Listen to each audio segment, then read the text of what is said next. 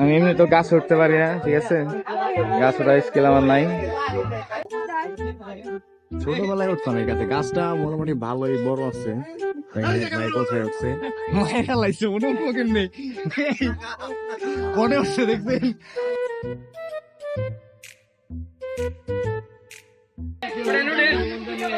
আমার ওটা সম্ভব না। আচ্ছা দেখি দাও কত উঠতে পারি।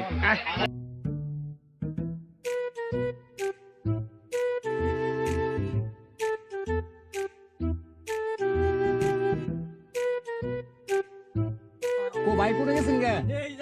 হাইরা লাগছে না কি রে ভাই, এটা তো পুরো অ্যাডভেঞ্চার একটা রিস্ক নিয়ে গেলাইছি আমি।